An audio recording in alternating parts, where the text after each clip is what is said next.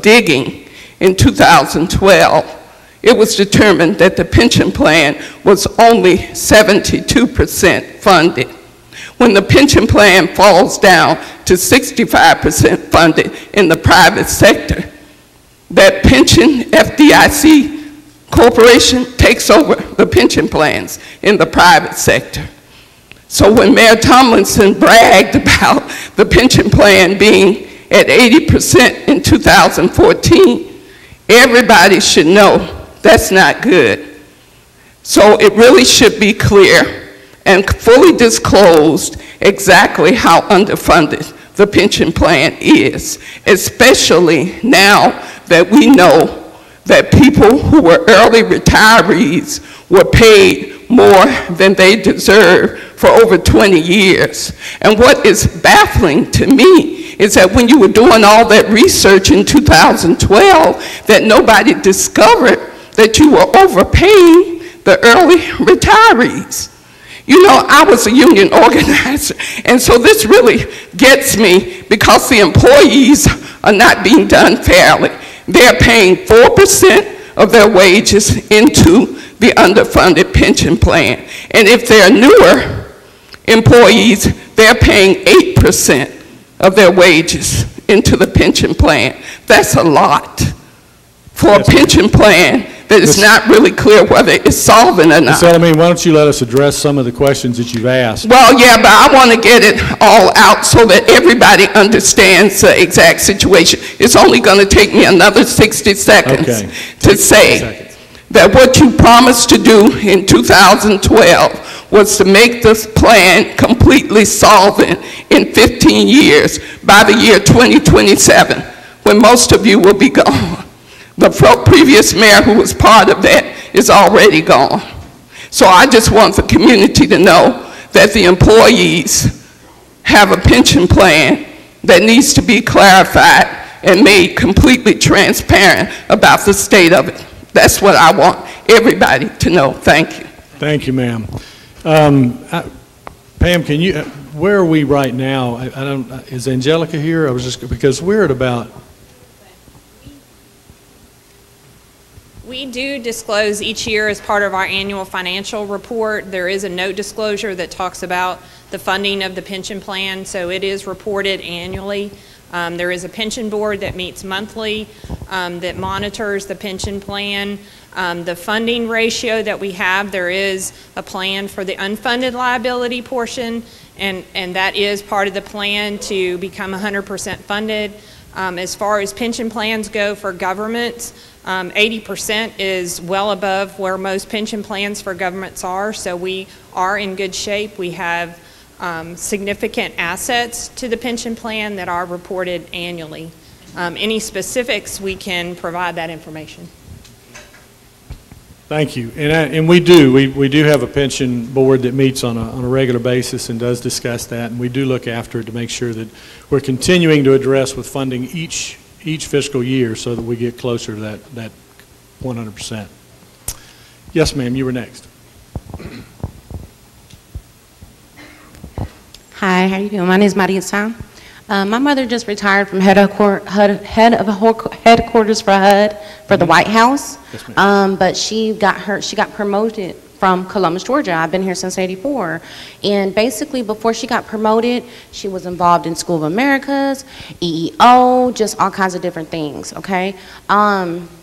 It's more of a question, or I'm just letting you know that I had been back in town since December, the end of 2017, okay? I've still always come in and out of Columbus no matter what her position was. And I know zero tolerance just happened, okay? There's a lot of paperwork that I don't know who, what, when, where, but they changed a lot of paperwork that is really breaking slavery laws. I know you might not know because you've just been elected, and I just got finished going through this with Los Angeles because I was going back and forth from Los Angeles. And then while I was there, all kinds of, but there were still people after Trump had called off zero tolerance, in a way, kids coming up missing, all kinds of things, and kids being caught. Okay, but there's a lot of paperwork here that is not Right. When in 2014, the DFAC Center was shut down due to the fact that employees were accepting people who are not supposed to be getting benefits and not accepting people who were supposed to be getting benefits. Now, I don't know what happened with that, but they were shut down when I was in Los Angeles. When I'm coming back in town, they're back open. Paperwork is not right. For instance, you cannot say black, African American, but when it comes to the Caucasians, just white. That's it. My paperwork has been falsified. Since I've been back, I've been discriminated even by national security. Okay, and I'm going to do the steps that I need to do to take care of the situations, but I'm just letting you know who can I talk to, or letting you know as the new mayor that there is a lot of paperwork that is breaking slavery acts right now. And from what I've seen, some people work here since last year, and some people don't even work there no more, but the paperwork is still there. So I was wondering, like, what can I do as a Hispanic? I'm Ecuadorian and Puerto Rican. I was born here. My family's from their country, but when they came here, they served. I have high-ranked family members. Even down to my stepmother was the treasurer of Puerto Rico since 99-2000. So that really hit me when I come back to my hometown and I'm being discriminated on. Well, I'll tell you what we'll do. If you'll give your name and number to Mr. Bishop so that we can get in touch with you, and we'll see if we can find out what you're talking about with some of the paperwork not being accurate and somebody out actually falsifying. We'll see if we can help you get to the bottom of that. Do we have? Okay. Yes. Hey.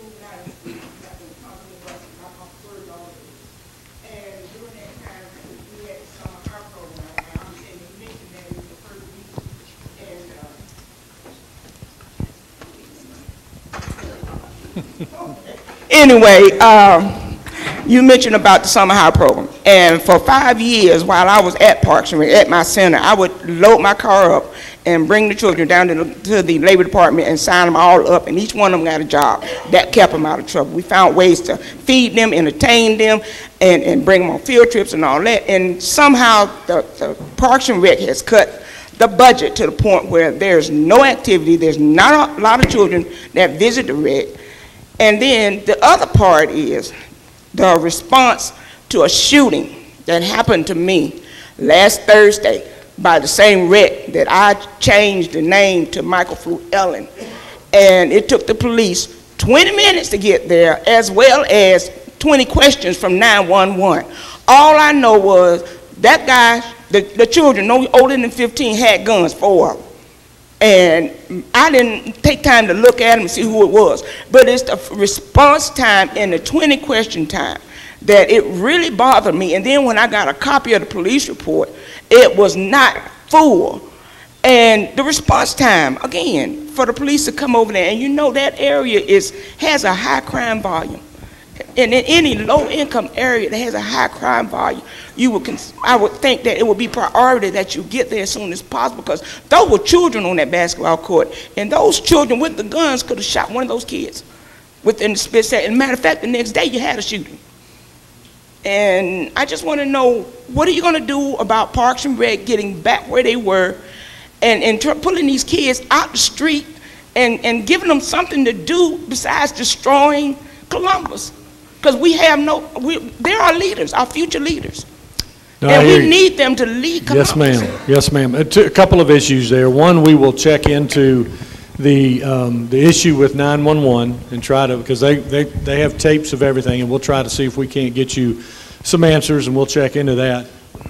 And if there was a report of shots fired, I feel certain that the police responded ASAP. I will tell you that I agree with you with us needing to have additional activities for our young people. Now, there's 2 things that our office is focusing on right now as it applies to the crime rate. One of them is we're working with the Mayor's Commission on Reentry to try to get felons that are released from prison integrated very, very quickly back into a place to live and a place to work. Because if we don't, then they're going to go right back to the same neighborhood, committing the same crimes. So that's one piece of the puzzle. The other is we're trying to come up with ways to be able to do exactly what you talked about, and that's keep some of our young people occupied, giving them alternatives that are a more productive alternative than what they're finding on their own. A couple things we're doing. You mentioned the summer youth work program. We've met with Howard Pendleton from the workforce investment area and talked to Howard about the possibility of bringing that back. A lot of the money, as he explained to us, is pretty much earmarked for ages, I think it's 18 to 24, Howard. And so that's not going to the young people that we want it to go to. So we're going to start a pilot program. We'll start small. We'll probably focus on getting jobs for these young people within the city government. And we want to pay them a wage that is going to be strong enough that they're going to be interested in working for that money. Not a minimum wage job. We're looking at doing something for around $10 an hour. We've got to find a way to give these young people a little bit more pride in holding a check that they've actually worked for. But that doesn't address some of the other issues we have with the younger children. And face it, right now, if we don't get involved with these kids at the age of 9, 10, 11, 12, we're starting behind the curve when we're trying to help them. Last year, Parks and Rec had what they call a summer pass. They gave free or greatly discounted access to swimming pools and rec centers. We're going to enhance that. We're adding to that cultural centers as well. So hopefully we'll get some of the children that maybe have never been to the museum, never been to the River Center, never have been to the National Infantry Museum, give them an opportunity to go in these places for free, and we'll even let them use this ID as a bus pass to try to solve some of the issues with transportation of them getting there. We also hope that by doing this, it'll bring the parent to get a little bit more involved with the child during the summer months. Because if the child goes to the National Infantry Museum, for example, or the Columbus Museum, chances are the parent or a guardian is going to go with them. So I hear what you're saying. We are working aggressively and actively on ways to try to create more opportunities for our young people that are in a more positive vein. So I appreciate it, and we will get you an answer on the 911 issue. Yes, ma'am.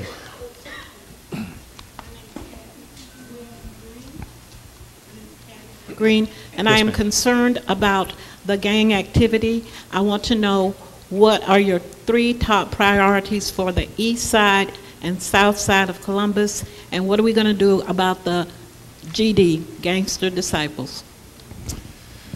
Well, I actually talked with the Deputy Chief of Police just the other day about the gangs, and we were talking about the fact that it's difficult, and I don't want to speak for them, but what they relayed to me is that the same old ways of addressing them no longer work because of the change in dynamics of the gangs that we have in Columbus.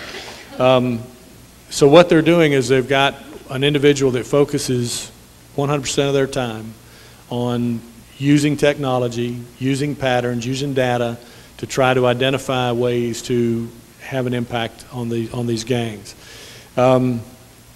The top initiatives that we have for South and East Columbus is the same as we have across this community, because the crime in the community, it's one of those, and listen, I hate talking statistics, I really do, particularly when it comes to crime, because crime is a very emotional and a very raw issue that we deal with.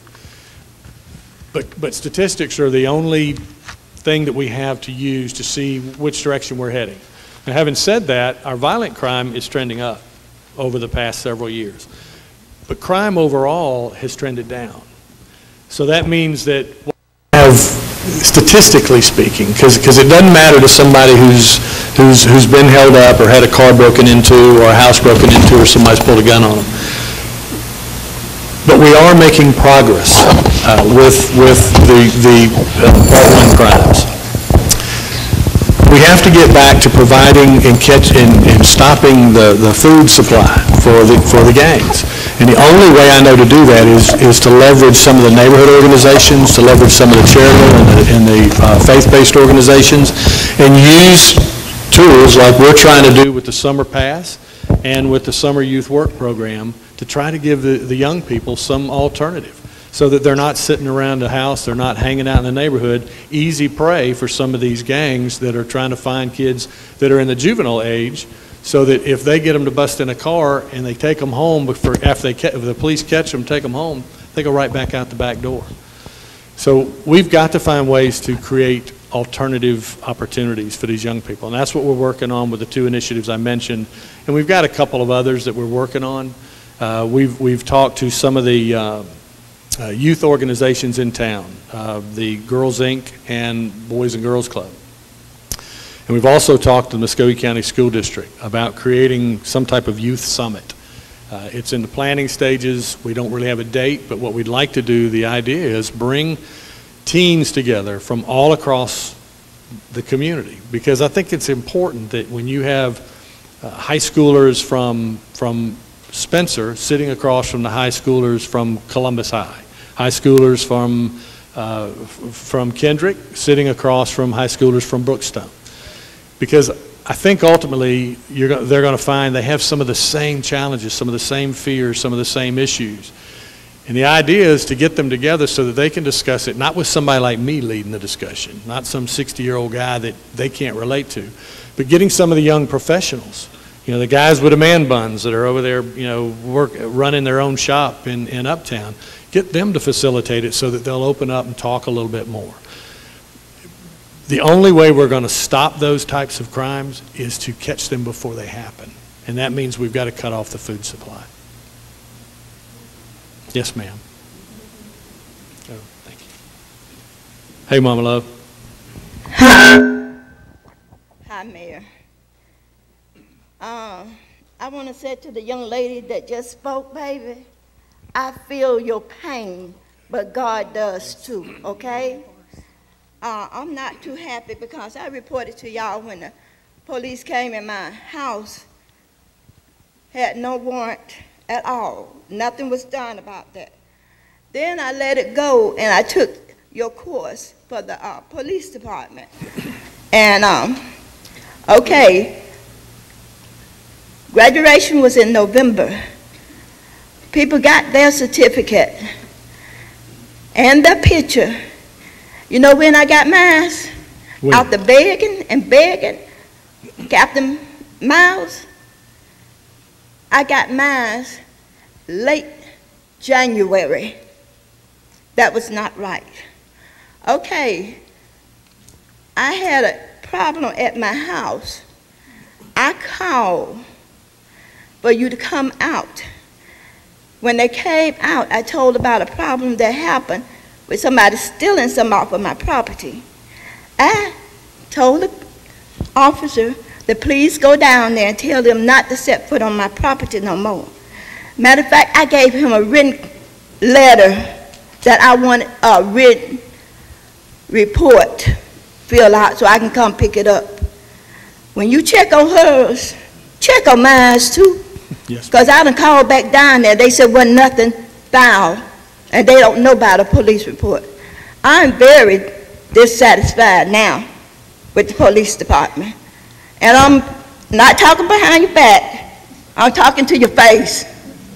I should have been informed. I should have been you don't come in my house without a warrant. And like I said, I told them. I was told nothing was done. Okay? Now, the incident that I had, I gave you paper saying I wanted a police report to pick it up, and I called back down there, and nothing is there. I'm very disappointed. But let me tell you this, I love them still. I love you still. Well, thank you, Mama Love, and we will check on that too. Okay, but this is another thing I came here about. Okay. Oh, I want to show people this too. This is the truth. This is the truth.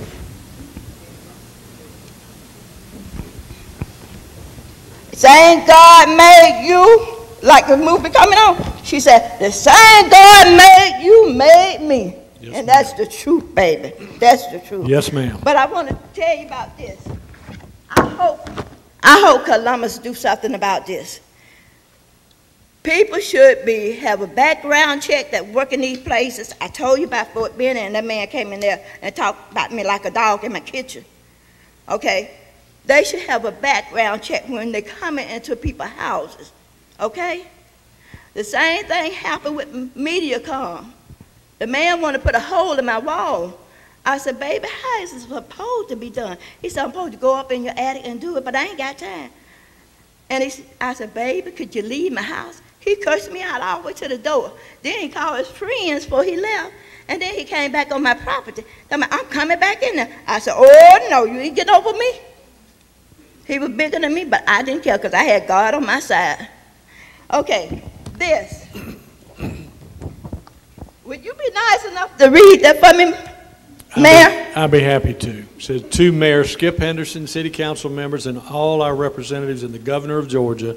Question, can you make laws so we can choose our own cable company and our internet company no matter where we live? Let me know, please. I don't know that I can fix that, but I will make sure they get your message. Okay, well, you will see this again. Yes, ma'am.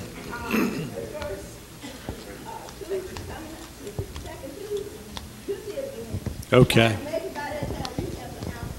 Oh, I will check on it. I think you're right. I agree with you. Thank you, ma'am. Yes, ma'am. We have somebody else? While we're waiting for this question, let me make sure everybody knows Councilor Bruce Huff is here now as well. You'll welcome him. Thank you, Bruce. Yes, ma'am. Hello, my name is Sharika Day, and my question, well, first statement is about how beautiful downtown Columbus is, how art and everything has enhanced that whole landscape, and so I want to commend you all for that. And I'm just wondering if there are other initiatives to further the arts beyond downtown Columbus, like South Side, East Side, just to bring more pride and culture to the city. Absolutely. I would love to see that, and I think you are going to see. We've got a real kind of growing young art scene in Columbus, and right now I think it's been sort of centered in the uptown area, but it's starting to spread. So I certainly hope so. I think some of those murals are awesome. I think it adds vitality and life to the uptown area.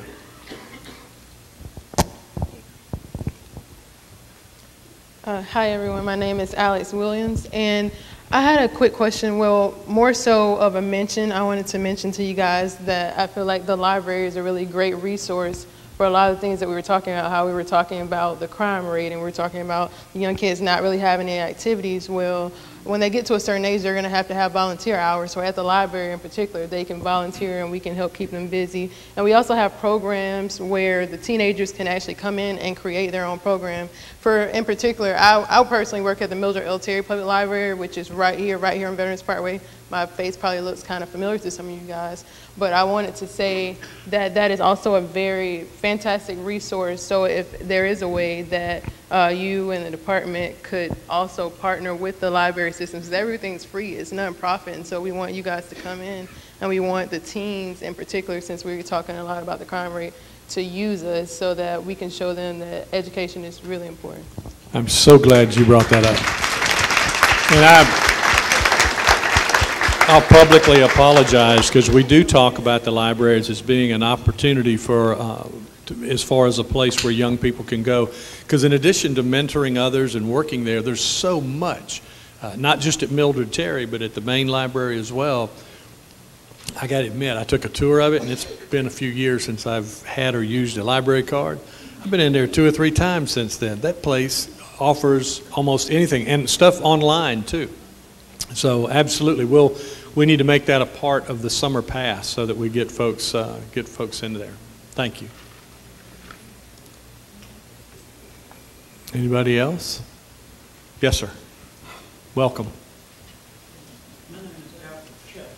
I want to complain about the trail across on Old Casino Road and Fall Road. They've taken on the outside on all you can see. That's dusted and the wood. What the city gonna do? That's just a site. Yeah, I never seen the lumber property. I could not agree with you more. We rode out there and looked because I had heard about some of that. This was back when I think we were having some trouble with one of the trailer park owners. So we went out there and looked at it. Off Casita, Old Casita, Far Road, it's ridiculous. And I don't know how you can expect anybody to feel good about their community, about their neighborhood, or about themselves if they have to ride by that 3 or 4 times a day. So I'll tell you what we've done. I'm fighting to try to keep it in there, but it bothers us so badly. And John Hutchison does an amazing job of going out there and finding these properties, not just the trailer parks, but properties that are crime magnets. They've got a D sprayed on them for demolition. We've been giving them about $50,000 a year. That only tears down about 7 or 8 houses, I think. So this year, one of the things I put in there is I put $1 million into our budget to take down those trailer parks, tear down those dilapidated houses, and start trying to give the neighborhoods a visual sign that they're important and that we care about them. We're going to get rid of them. Yes, sir, back here. Good evening. Thank you, Mayor. My name is Cecil Haywood. My concern is the landlord-tenant situation. I know each time a landlord rents a house, he should have a certificate of occupancy. I think that's what they call it. But in between one person moving out and the next person moving in, there's no guarantee what the house is going to be like between that time. Are there any rules, or should there be any rules how often that house should be inspected over a period of time? Because the house could just keep going down, keep going down, keep going down after 10 tenants. My next question is, the rules on when a landlord fails to fix something, how often how fast should they come out and repair? I found out through inspections and codes that I think it's a little bit too long before the landlord is forced to come out and do anything.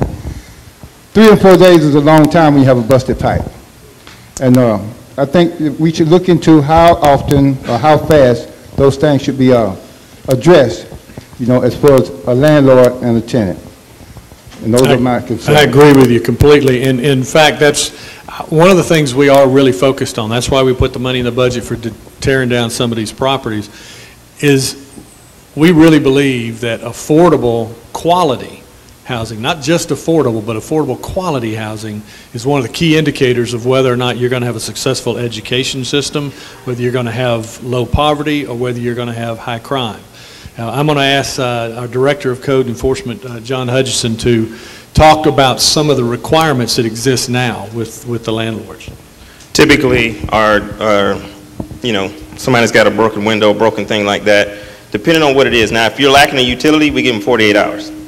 We dealt with a couple of apartment complexes in Oakland Park that, remember, the water had been cut off or the power had been cut off. We only give them 48 hours because they've got to mobilize a crew to get out there and get to it. So we stay on top of those when it comes to utilities. If it comes to maintenance issues in the property, we do the 45-day letter. That's to give the owner enough time. Now, depending on what it is, there's currently a House bill that's coming through the state Senate that will actually give tenants more rights. So if tenants do have the ability, because some of them are afraid to come to us to tell us what's going on because they're afraid the landlord's going to do X, Y, and Z and kick them out. So the new House bill, I believe it's 346, that's coming. Hopefully it's being passed. They're deliberating it today. So if that comes through, tenants now have more power. So therefore, if something happens and then the landlord proceeds to want to evict them for X, Y, and Z, they'll have from what we gave them. We have them from what we gave them so that they can say, hey, I'm being kicked out, I'm being retaliated against, as opposed to, I just want basic living conditions. So hopefully that will pass, and if that passes, that law will be immediate, and so then that'll help us a lot more because people will be a lot more proactive to tell us about what's going on.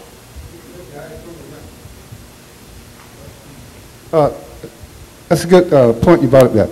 Do the landlord have any obligation to disclose to a tenant certain things about the house before you rent the house or let it go? Are they under any obligation? A lot of those leases, that's on the tenant-owner relationship. If they decide to disclose it, they do, and that's what they agree to, that's in the lease. We don't get to that part until we start dealing with the complaint. Thank you, John. I got to say that Mr. Hutchison has done an amazing job on helping us find ways that we can address some of the issues you're talking about. Because a lot of tenants don't have any idea what their rights are. So they just continue to pay that rent because they're afraid they're going to get evicted and they're afraid they're not going to be able to have a place to live if they complain too much. John's working on that. We're working locally with our ordinances, and he is keeping a close eye, as you could tell, on the bills that are being dropped in the legislature in Atlanta. It's a key focus for us. Yes. Hello, everyone. My name is Nika.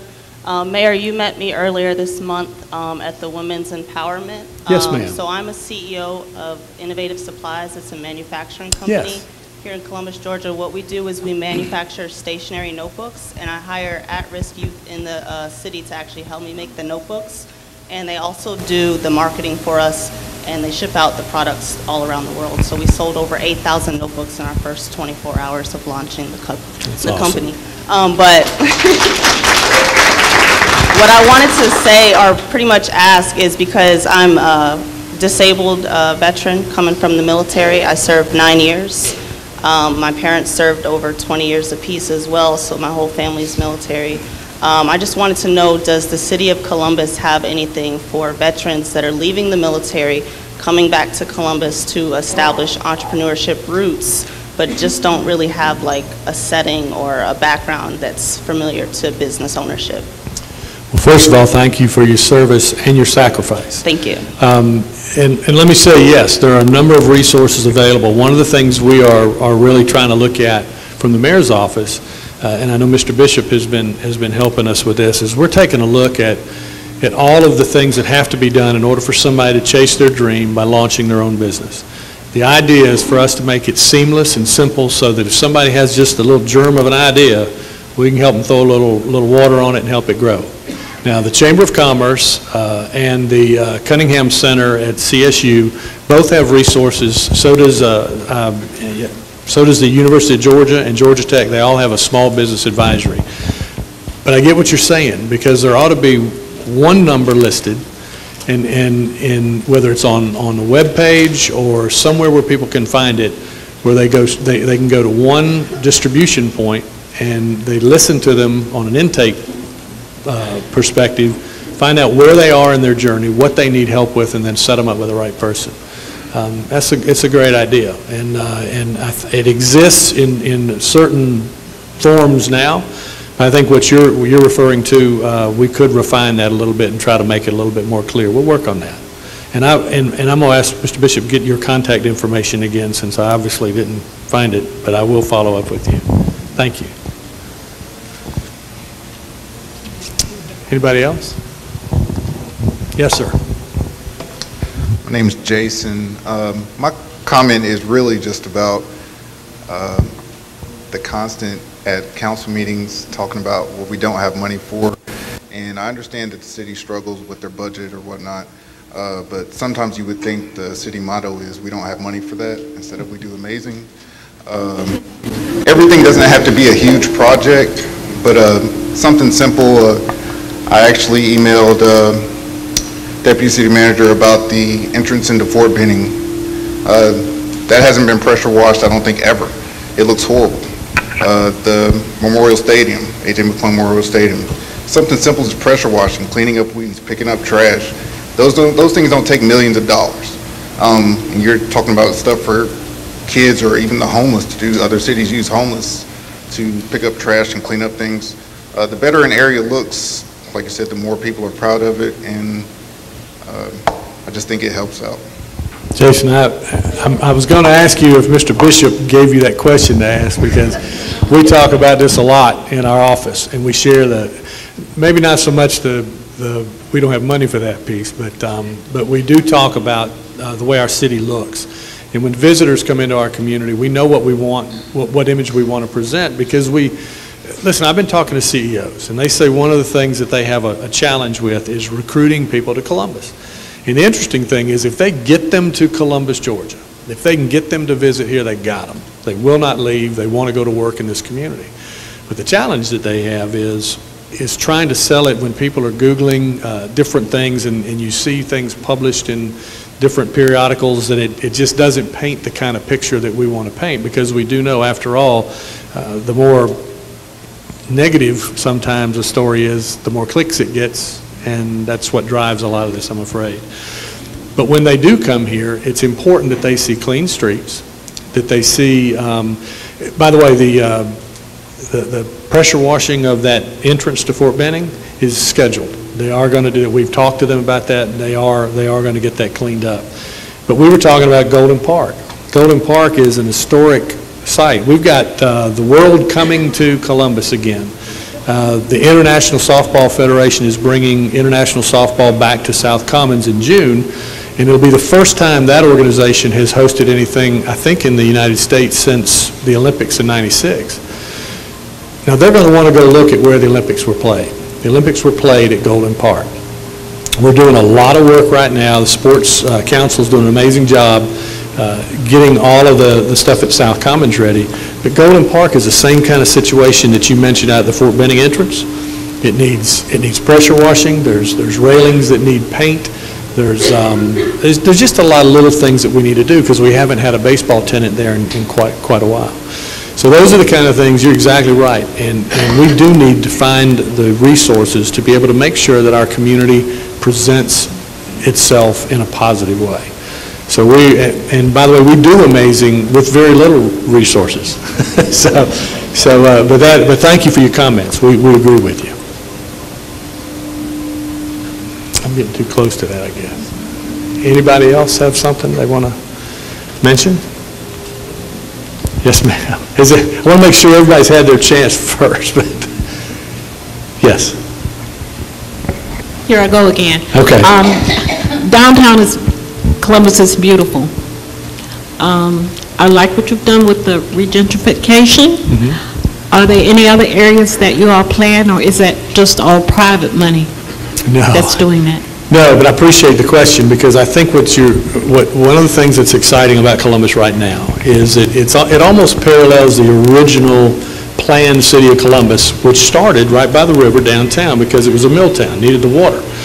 And then it started spreading out in north, east, didn't go very far west, but it went south. So what we're starting to see now, there's initiatives right now going up north on 2nd Avenue corridor, the Mill District. Already stuff we just broke ground on a new apartment complex for seniors in an area that has had nothing going on.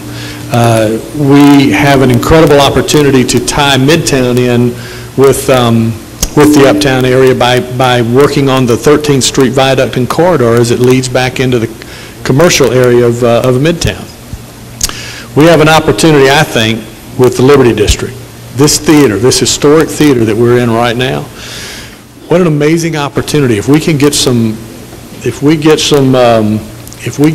energy moving behind the development in the Liberty, and I think we're going to have a chance to do that, because you've read about the 4-year medical school. Mercer we've got 2 years right now. In addition to bringing about 90 really good paying jobs, it's also going to have, ultimately, about 250 students. And where that building is located is right at the northern tip of the Liberty District. So when you start getting critical mass in that area, you're going to start generating not just a need, but a desire to put retail, restaurants. And I think you're going to see the same type of development. We've got Westville, bookending on the southern end of our city down there at South Lumpkin Road. We've got one of the best pieces of commercial real estate in the city of Columbus, right on the corner of Veterans and Victory Drive, right across from the Civic Center. It's controlled by the Housing Authority and the city of Columbus. So we have an opportunity to be very intentional, very selective about what goes in there to bookend with Westville, that hopefully spurs some growth and some infill going towards each other and closing that in. I think we're in a position right now for South Columbus and for the around the Mill District area. I think over the next 5-6 years we're going to see some really good things in there. So plus we've got the call center that is going to hire 600 people right there, and it repurposed an old dark store front. I think it's the Winn-Dixie. on Buena Vista Road, and the neat thing is they're hiring people from that area. Think what that's going to do when you've got people that are going to go grab lunch. You should start getting some retail stuff set up there too. So, and I didn't mention, they passed me a note, don't forget about the film fund. The film fund, listen, I think film is an amazing deal. When I first heard of the Camera Ready Columbus, when Peter Bowden was pitching that to us, I thought, yeah, movies, who's going to do a movie in Columbus? The film industry in Georgia is a $9.5 billion with a B, $9.5 billion industry. Atlanta's always going to garner like the lion's share of that. And Savannah has some uniqueness to it that is with the ports and with the coast that's going to put them in good stead. But we've been told that Columbus has some unique geographic features that make us really, really attractive to people wanting to do projects. Jeffrey Stepikoff, the Georgia Film Commissioner, had told Peter Bowden, who was getting our film commission up and running, he'd come up with a film fund of $5 million. He would make sure that we got 10 projects over 3 years, and we could become a major player. Now, the film fund is to offset the additional cost of bringing workers into Columbus to do the filming, to work on the picture. Our private sector, over just a matter of months, raised $5 million. So we now have that film fund. We're beginning to have communication with Jeffrey Stepikoff in Atlanta about getting these projects. The W.C. Bradley Company donated a building out that is now called Flat Rock Studios. Columbus State University offers a 2-year Nexus degree so that you can, in 2 years, graduate right into a job in the film industry, and they're starting at $65,000 to $80,000 a year on those jobs. And once CSU builds that critical mass, and we have 200 or 300 students that have graduated from that Nexus program, we won't need the film fund for the use that it's currently being utilized, because we won't need to offset people coming in because we'll have them here. So it's exciting. There's a lot of exciting things, and I tell you, if a young person wants to go, wants a really good, exciting job, get in that Nexus program. It's a 2-year program. You get a certificate and you're employable the minute you walk out. So, anyway, sorry, I get a little excited about that stuff. Yes, ma'am. I want to piggyback on what you were saying about the properties, the fund for demolition. Thank you. Yes, ma'am. The code says that property owners of historic properties or properties within historic districts shall not allow their buildings to deteriorate by failing to provide ordinary maintenance or repair. I hope you came down 8th Street on your way here today and saw our most recent roof cave-in in the Liberty District. I did not. Well, I hope you go home that way. I leave that way. I hope you go home that way. I'm very concerned about historic properties that are being allowed to deteriorate in our historic districts. In the Liberty District, in the original historic district, and in Uptown, like the YMCA. I feel like the city needs to do something about this. We cannot lose another wonderful building like we lost our Carnegie Library. Now we stand to potentially lose our YMCA if something doesn't happen soon. I want to know what the city's going to do about this. Well, the city, I think, works with with BIHAR, Board of Historic and Architectural Control. I've been to BIHAR months in a row with these properties. And I really, all I can tell you is that there are codes that tells people they have to maintain them. And by and large, our historic areas are pretty well kept. But the ones that are not, John Hutchison gets called on those, and they're required to either fix them up or they'll end up being sprayed with a big red D. And then whatever goes back in its place will have to use architecturally compatible materials.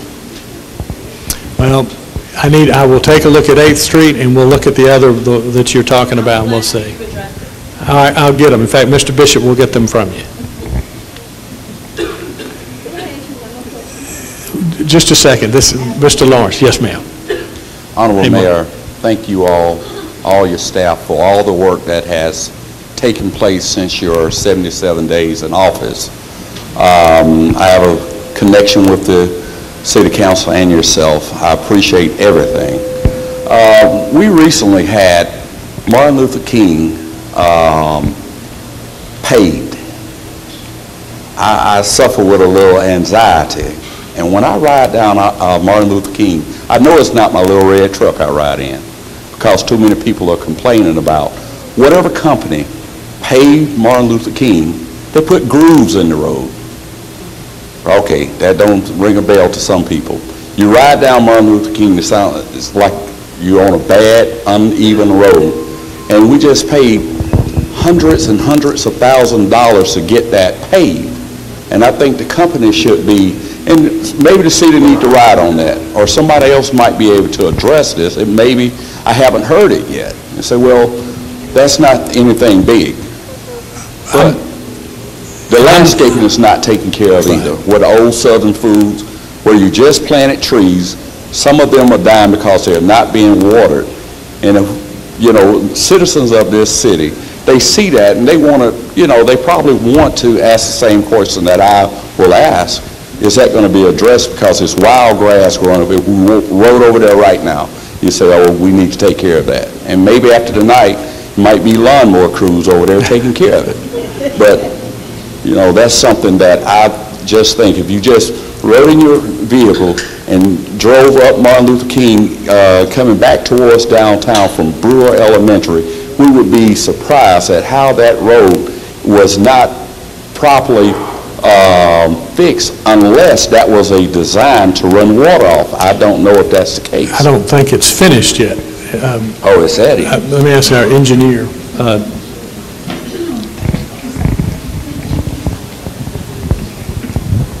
Thank you.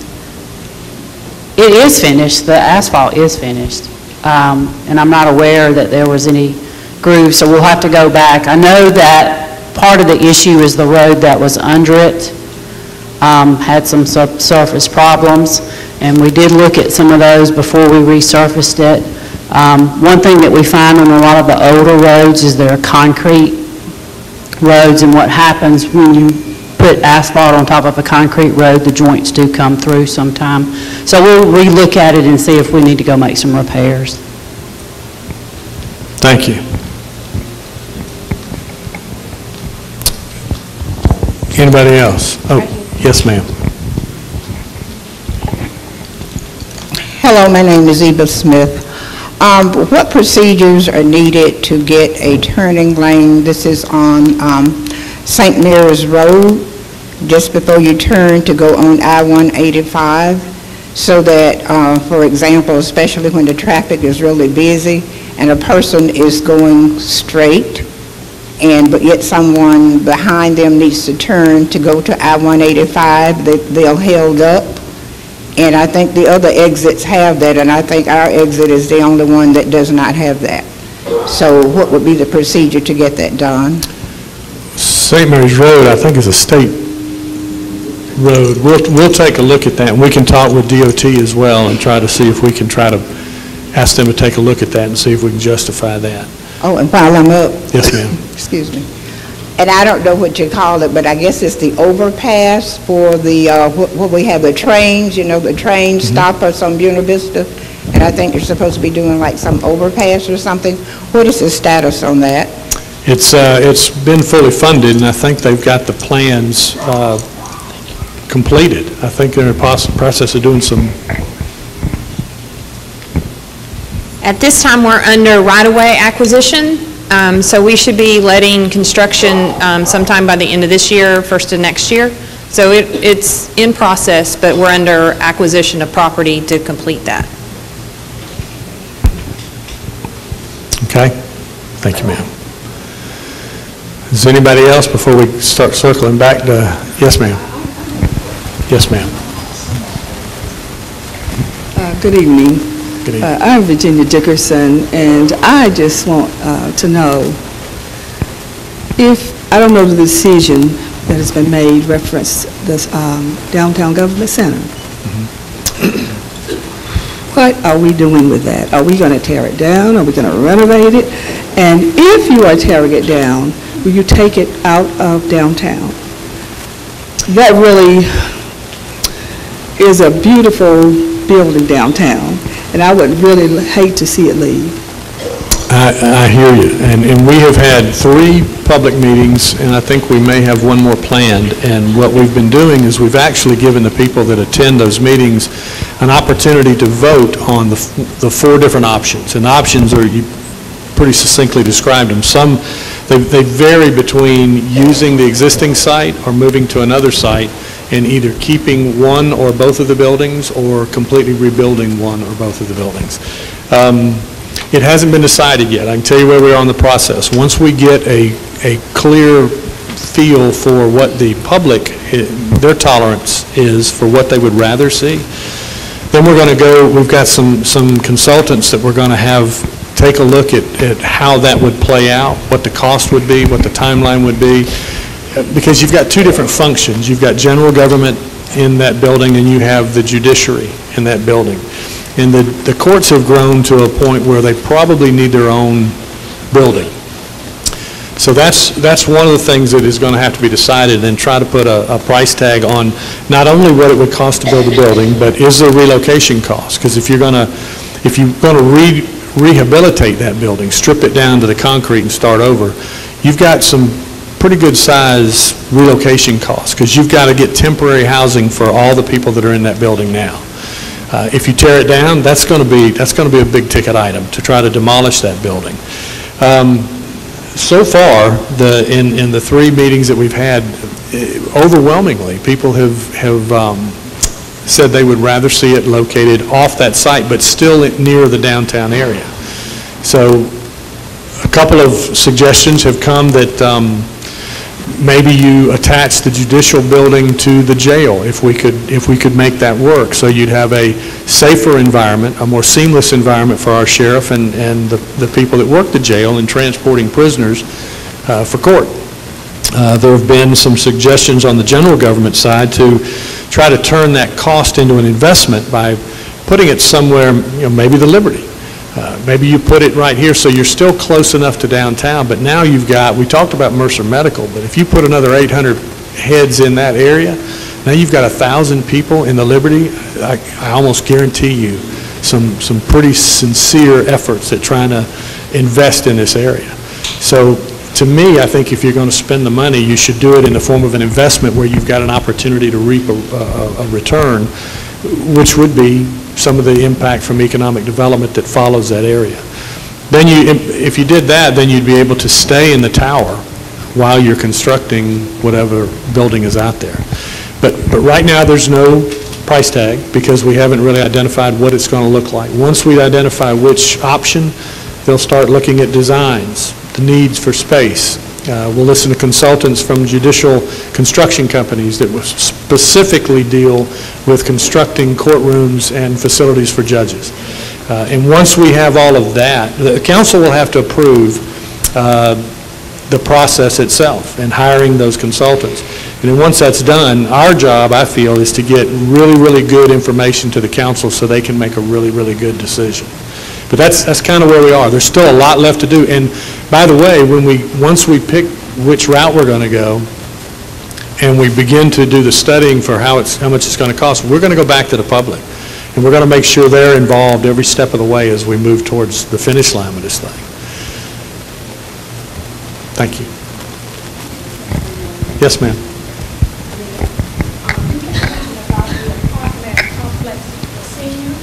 Yes, ma'am. Authority. And also another thing, I had read in the paper back over last year that you all would be demolishing Chase Apartments. Is that still, you recall that? I do, and yes, ma'am, that is going to happen. That's because when HUD did an inspection, they saw that they did not like how close those apartments were to that electricity power station. Yes, ma'am. So that is going to happen, and they're working on some different options, but there is an opportunity for perhaps to keep them in the same area, keep the housing in the same area, make it nice market rate housing, and move it a little bit north up there around the old Bibb City area, so to go further up 2nd Avenue? Yes, ma'am. That's one of the options. And your question on where is the new apartment complex? Yes, it's on 38th Street, I believe, and it's right next to Fox Elementary, the old is it Meritus Mill? Yeah, the old Meritus Mill site. And it is a public-private partnership being driven by NeighborWorks and a whole consortium of different lenders that specialize in trying to make loans for affordable housing. So how big is the complex, and how would the seniors be able to get in that place? I don't know. You aren't that far out yet on it? No. I'll come back to you. We just turned the dirt, but I will tell you, you'll hear plenty about it because it's very exciting. We're really excited about the transformative effect that is likely to have. I mean, if nothing else, it's going to make things safer for the children that are going to Fox Elementary when they've got a quality housing development right next to there. There's a buffer for a lot of that bad stuff that's been happening in there. Thank you. Yes, ma'am. Thank you. Before I get to Mama Love, is there anybody else that hasn't spoken that would like to? Yes, sir.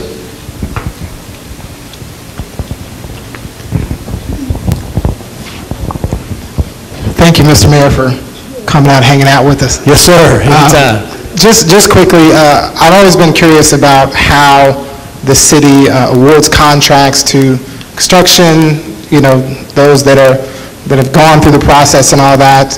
How does that actually work? And part of the question is there any type of diversity initiative to ensure that those that are being awarded contracts from the city come from various backgrounds, ethnicities, et cetera?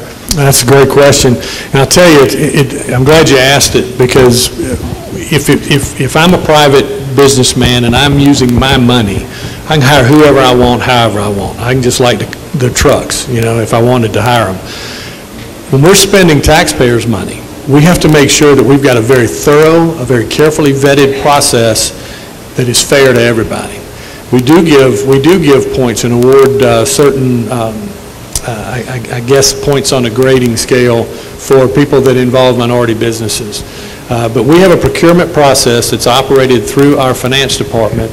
If you've seen a council meeting lately, you've probably heard more about it than you ever thought you wanted to know. But we actually had our internal auditor take a look at that process, because we hadn't done that in a while, to make sure we're doing it the most fair way possible. So it's a very thorough process. We have to have, the candidates have to be qualified as per a written list of qualifications. And then we have a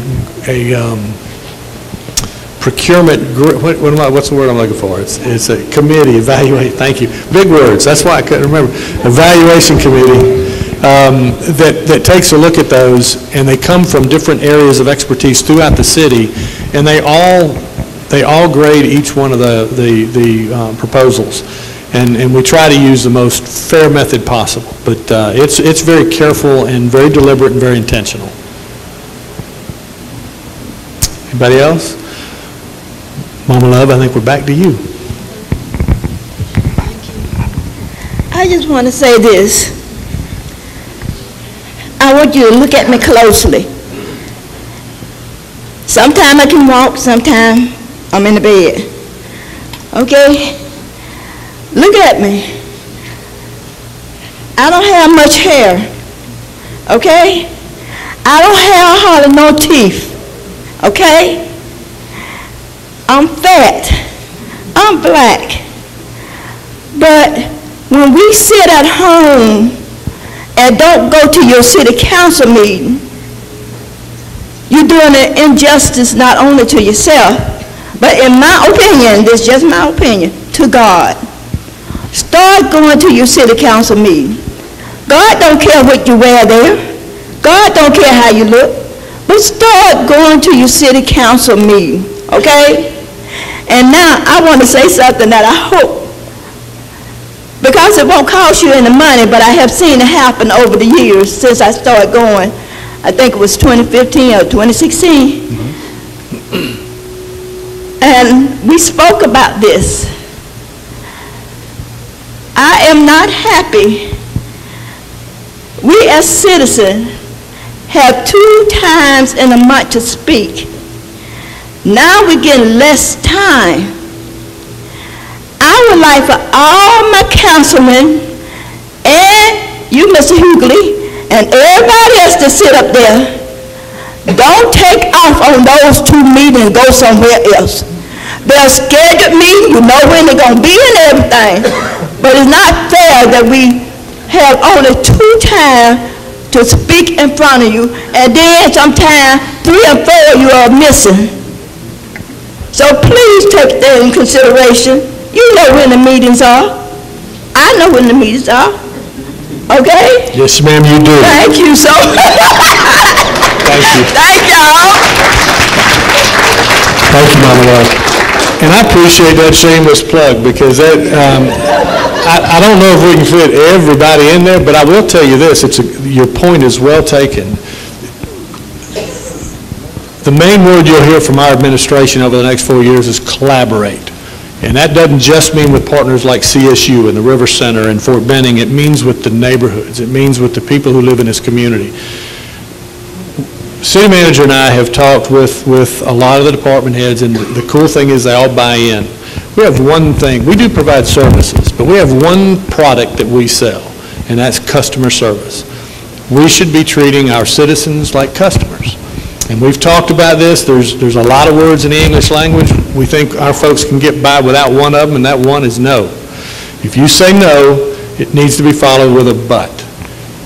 Our job is to try to serve the citizens of this community and try to help you achieve the quality of life that you want to achieve for you and your family. Now, to do that, we need to be a little more innovative. If it doesn't fit neatly into the guidelines of what we have been allowed to do, then we need to look for different ways to do it. If you've got a problem and it's serious, chances are someone else has had that issue too. So, thank you, Mama Love. I've watched the council meetings, and I will say this, sometimes your counselors are not there because they're on educational trips going through GMA and ACCG, and they're sharpening their skills so they can do a better job for Orgaleo, for their constituents. But don't forget, you can contact any and all of them by email. You can call them. Most of them publish their cell phones. I publish mine. So if you want to get in touch with them, you can. But I do understand what you're saying. There's times when you want to stand there in front of the meeting, in front of the cameras, in front of the other citizens, and make your statement or ask your questions. You should have the right to do that. And we did reduce the time just a little, not much, by 2 minutes. So, but we do our best to try to accommodate those that have comments. Any other questions or any other comments? Yes, sir. For everybody, on April 20th, there's a citywide neighborhood cleanup, so if you could pass it along, go out in your neighborhoods, pick up some trash, make it look a little better. That's for everybody, not just for the city. So April 20th, I think it's from 9 to 11 or 10 to 12. I can't remember exactly off the top of my head, but pass it along. Jason, thank you. And we're going to get your number because I like that. I like getting the neighborhood cleanups. We appreciate it. Yes, ma'am.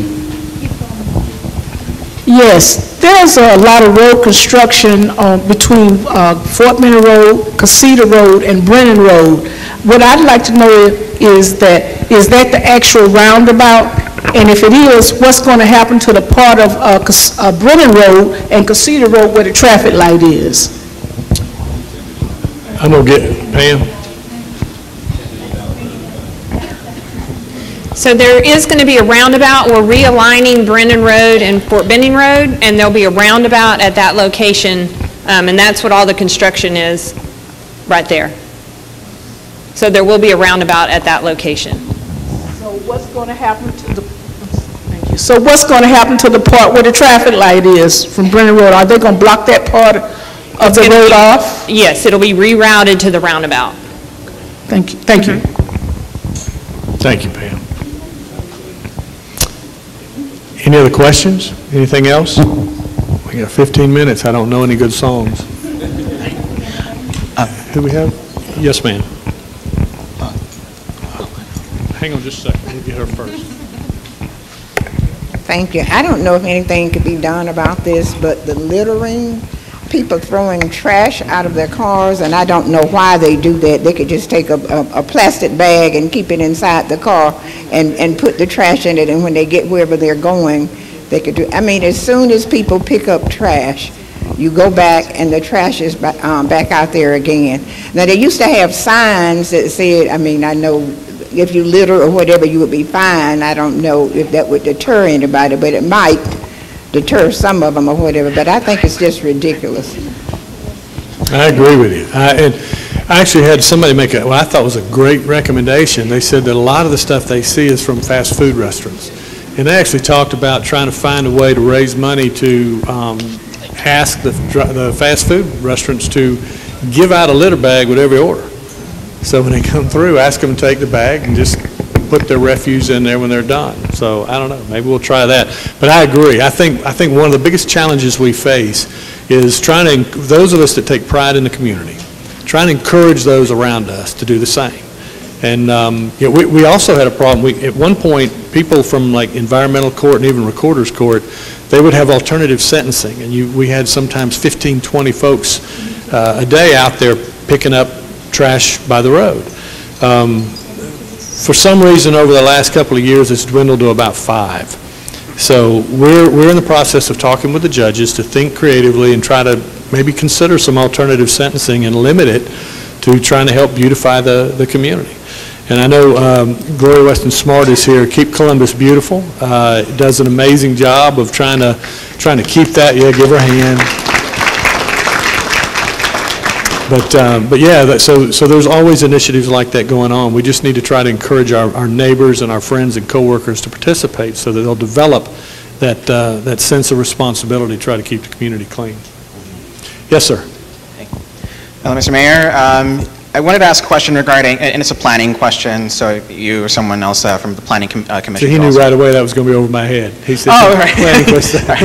Well, I am interested in this growing issue of the housing crisis in this country, and where Columbus can also lead in that regard, not only for mitigating that crisis, but also to curb emissions and carbon emissions.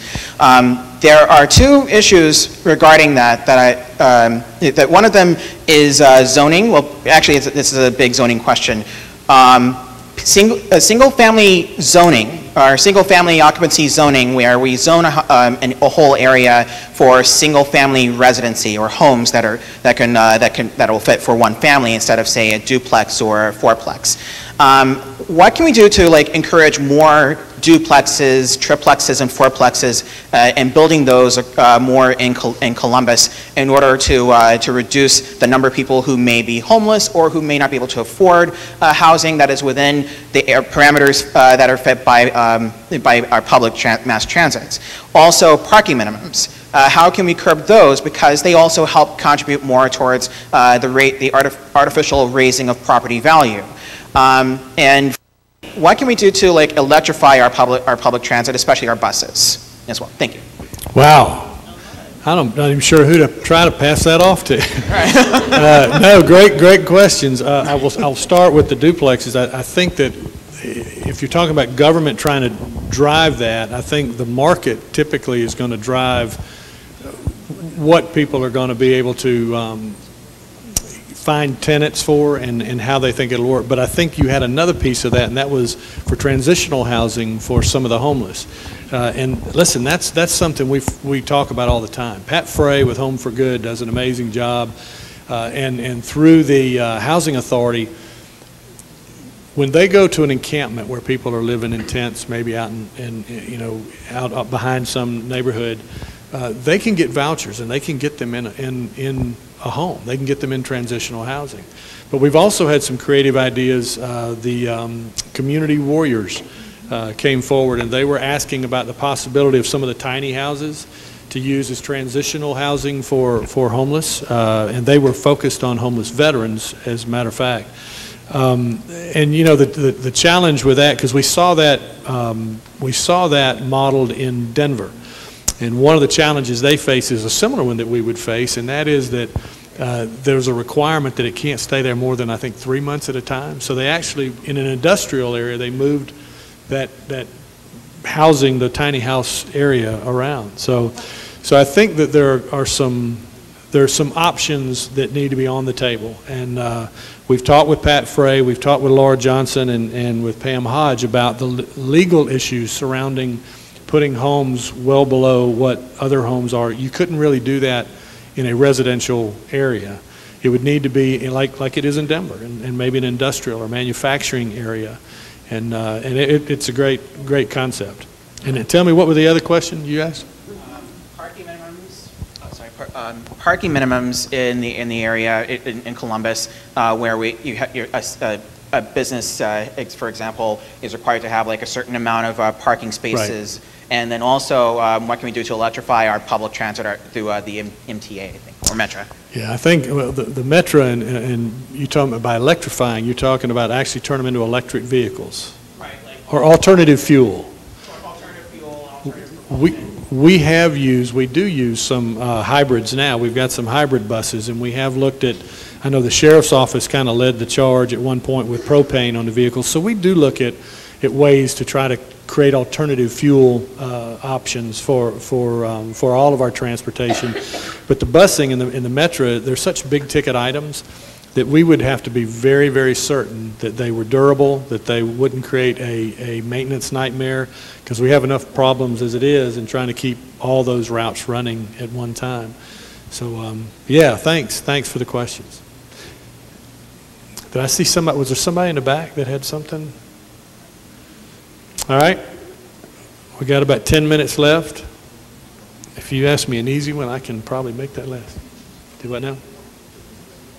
Oh, okay. The city manager, in fact, I might let you come up here and talk about that. We had a presentation. See, be careful what you ask. Come on. We had a presentation done by Reether Hollowell on critical vacancies, and for those of you that missed it, we talked about, it really is sort of a result of the impact of a good economy, and I think maybe it's just a generational deal because we've got a lot of those vacancies. I'm going to let you. Well, Reether's right here. Well, no, I'm looking around for department heads who have critical vacancies, and I'm going to ask you to come stand with me. Rosa Evans, if she's still here, the sheriff, the chief, the warden, engineering, public works. Where are you? The economy is good, at this point, and most people who want to work, have jobs, and there are some who want to work who don't have jobs. And so, and I'm going to ask you to come to the middle so we'll get away from that speaker, fire chief, but, it's 7:22, and you got about 30 seconds to tell these people who you're looking for, what you want, and so you're going to pass the mic, but critical vacancies. Two of our most critical vacancies are garbage truck drivers, which requires a CDL, and we always have openings in that arena, and some of them very long term. We also have a pretty significant shortage of mechanics, and we've got a large fleet to take care of. We can start someone out at lower levels and have them move on up, and we can provide some training, but we need somebody who's at least a good backyard mechanic so that we can get them trained up. So know that they're hiring. Oh, we're hiring, definitely. And you need to get those applications online. You can go on the city website and put those applications in, and we'll be happy to talk to the applicants. If they've got some mechanical ability, yes. No college degree required. Thank you. Jeff Meyer, I'm the chief of Columbus Fire and EMS. We do have 20 openings. I understand today we have 21, one additional since Tuesday. I'm a little biased, being that I've been with the department for 37 years. I think we have the best department in the city. Sorry, I'm sure. Thanks for that. We are hiring firefighter EMTs. So if you got them, city's website, apply. Yeah, looking for a job, call on us. Okay, and at Metra, we're hiring mechanics. We've got 3 vacancies, and in a month, we'll have the maintenance manager's position. And we also are hiring bus operators with commercial driver's license. We have 20 vacancies right now. 20 and so, bus operators? Yes. I'm Ricky Boren. I'm the chief of police. We're 84 vacancies. At the end of next week, we will be at 87 vacancies. People are finding other jobs or going to other places. It's hard to hold them in the house. I'm looking for individuals with a high school education that can pass a background, a psychological, a polygraph examination, a financial investigation, and can run a PT course. And that'll get you in the door for the process to get started. I need 87 people, and I'll take them tomorrow. Donna Tompkins, Muskogee County Sheriff. As of today, we are approximately 40 at critical vacancies, 20 correctional officers, 20 deputy sheriffs. To be a correctional officer, usually most people come to us as correctional officers. You have to pass a PT test, a background check, a drug screen. But what do we need? We need honest, hard-working, committed people that want to come to work every day, because that's what we need. And we've got 40 job openings, so send them our way. Go to our website, go to Indeed, go to government jobs. We're out there on all those. High school diploma, get you through the door, $36,200 starting salary. All right, thank you. Thank you, Sheriff. Sherman Thomas, I'm the assistant warden at Muskogee County Prison. Of course, we have openings too. We have about 7 open position, high school diploma. If the guys go on the website, you go on the city website and put in. We've been having a difficult task with staff. Staff come, then they leave, and we just have such a high turnover. So if you know people that's interested, most of y'all know me, just come out, call, give us a call, you can give my secretary a call, and we'll get your application. All right? Thank you. I'm Donna Newman. I'm with the Director of Engineering, and we have really had a hard time hiring some engineers. One is salary. The economy's good, so engineers are working, designing projects in other locations. I do currently have a traffic engineer on staff, but we searched for over 2 years, almost 3 years, in order to get one. And we know that he's short-term. His wife is out at Fort Benning and will be leaving in another couple of years. So we decided to go ahead and hire him. At least we could get some things done in the interim. So we have a lot of turnover. It's a high-tech department where we depend on people with technical skills, and so we lose a lot of people to the private sector, so we always have a lot of vacancies. Okay, and I think someone wanted to know the qualifications for a firefighter EMT. Of course, high school education. We're going to ask the candidate to pass a background check, have a good, clean record, have good personal traits, and there's a lot of others that are on the website. College entrance exams, really need that information. Candidate physical abilities test, it's very challenging. All that information is on our website. You can go to the city's website, go to departments, select Columbus Fire and EMS, and get all that information from that site. Human resources, would you wave your hand? There's a table over there. If you know someone who's looking for a job, stop by that table. If those people you know don't have the ability to go online, tell them to call 311 and let them put them in touch with human resources, and they can assist them on how to apply for a job. We have excellent benefits, health insurance, life insurance, you name it, pension plan, retirement plan. And so please know that we have jobs down at City Hall. Get your friends, come out, and go after these jobs. Mr. Mayor, thank you. Yes, sir. How about that? We go from Let's Talk Columbus to a job fair. We're going to wrap it up. I just want to thank all these department heads and all of these employees that are here tonight. I want to urge you to stick around. If you have a question, ask them. I want to thank Councilor House, Councilor Huff. I want to thank Councilor Woodson, whose district we are in. But most of all, I want to thank all of you for participating and for being here. We'll be publishing the next ones. I can't remember when the next one is. Yeah, that's all right. We'll get it out to you. But thank y'all so much for participating. Y'all stick around.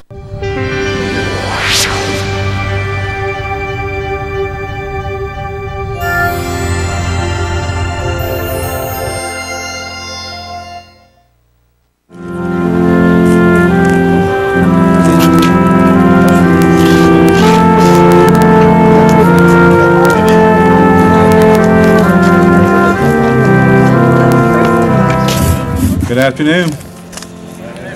Let's just try this again. Good afternoon. Act like you're proud to be here. We are having a celebration, you realize. We are celebrating the completion of the Riverwalk, and you ought to give yourself a round of applause for that. Thank you. Yeah, we're here really to celebrate the Riverwalk itself and the completion. We want to give you a chance in just a little while to view it and see it and all the good stuff that goes with it. But you need to know this has been pretty much a process in the making, a project in the making for 27 years. And before you say anything, Tolverton Road and Williston did not take this long. So I know you're thinking that, so just go on. This is a historical event, though. This is a historical event in the sense we are completing a major transportation corridor for our community. And I'll explain that for you in just a second. It's also historic in the sense of where we are today. If you think about this, we're sitting on the old Bibb Mills ground, and I think about every time I come up here to look at this site, about the history it goes with, the people that worked here, the things they manufactured, and now it's being transformed into something else that's being transformed into a use that we can all enjoy just as much as it has in the past. You're looking at also a historical event in the sense that this is a TIA project. This is a Transportation Investment Act of 2012 project that you voted for, that you helped pay for, and you should be proud of that fact, because this is what $10 million gets you. $10 million, we think, and no, we don't think, we believe and know that this has been well spent money for our community. Since 2012, we've had 7 projects that were developed. 4 of those, I'm happy to say, with this one being complete. So you should be proud of that fact. And there are 3 right now. The other 3 are actually under design and ready to go forward. Now, I want to kind of real quickly here, before we get started here, I want to kind of dovetail into what the mayor said at his State of the City meeting when he started off talking about how he could see in the future about things that were going on. I want you to do just a little bit just the opposite with me, though. Imagine there is no Riverwalk, and imagine what we have to live with today. If there's no Riverwalk, folks, there is no Uptown Columbus. I dare say there is a thesis for that matter, and there is no total system. There is no talk really about Whitewater. There certainly is no Frank Martin pedestrian bridge. It's all because of the fact that this spine system, what I call a spine system, runs along the river here, and the things that it has generated over the years that makes us what we are today, that great community that a lot of folks are envious of in terms of what we deal with. So what was started back in 1992, we are here to declare a day in 2019 that it is finished. We have finished really what I consider the equivalent of a new highway, if you think about it. We had two major sections of the Riverwalk that we want to celebrate today, one being this section here at Bibb, the other section at City Mills that were not complete. So if you wanted to get on this and either walk, ride, or jog, or whatever the case may be, you had to get back off on first. And a lot of folks didn't care for that. We've gone beyond that. So we've offered new recreational opportunities to the community as a whole because of this completion. I will also submit to you that we have also providing new economic development opportunities for our community. In the sense of what we have done with the Uptown area, I anticipate the same thing happening for the Bibb Mill area, the City Village area itself, excuse me, those kind of things coming about as we go along now. Understand that this great amenity is in place. So for that, we should be very proud of what we as a community have accomplished and what we are doing to help insinuate for the future itself for this great community. So keep that in mind, please, as we go forward here with the presentations. At this time, I'm going to call Pastor Vince Allen to the podium here to give our invocation. Follow that with the national anthem and then the Pledge of Allegiance. Reverend Allen.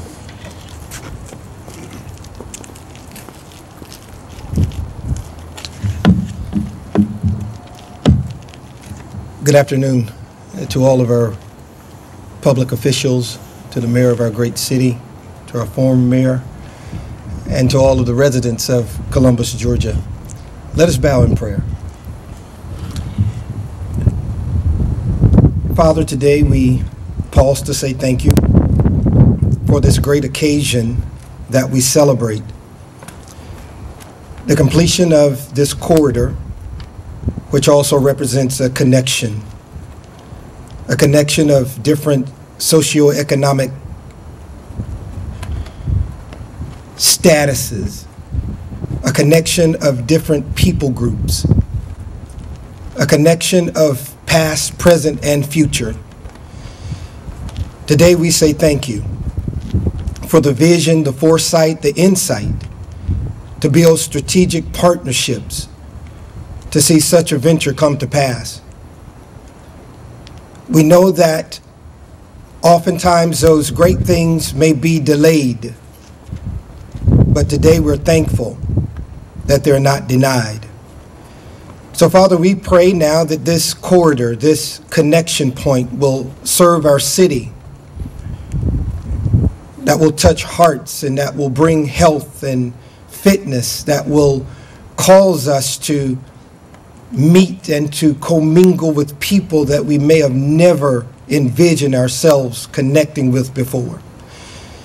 Now, Lord, we pray that as this serves as a place of opportunity, that you give our leaders the vision, the insight to know what is best in the development of these areas.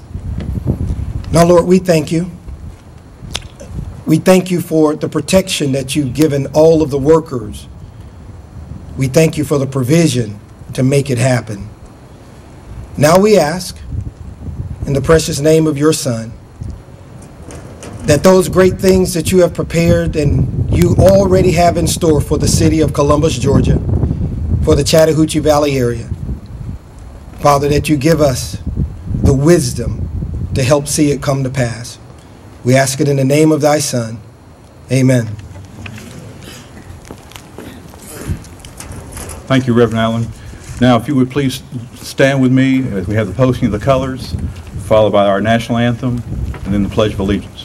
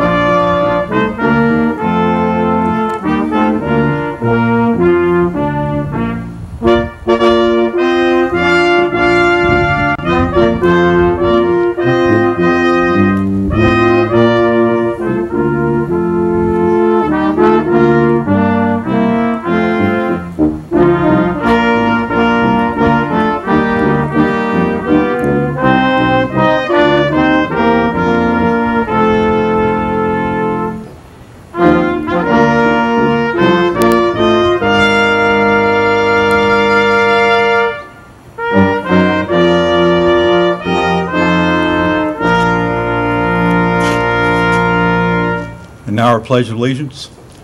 I pledge allegiance to the flag of the United States of America and to the republic for which it stands, one nation, under God, indivisible, with liberty and justice for all.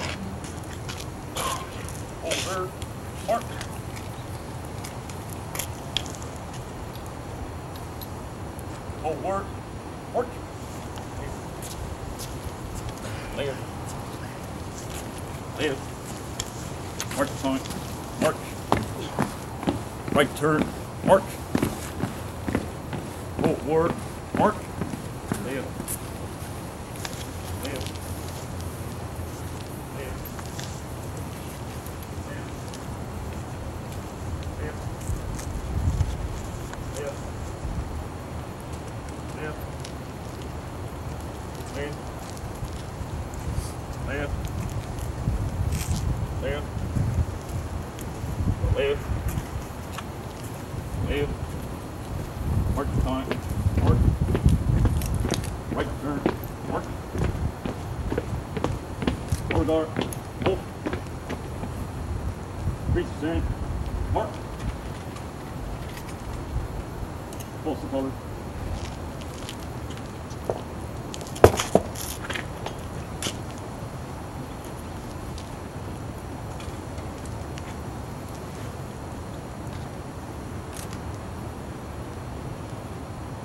Order, march. Lead. Peace. Oh, forward. March. Lead. Lead.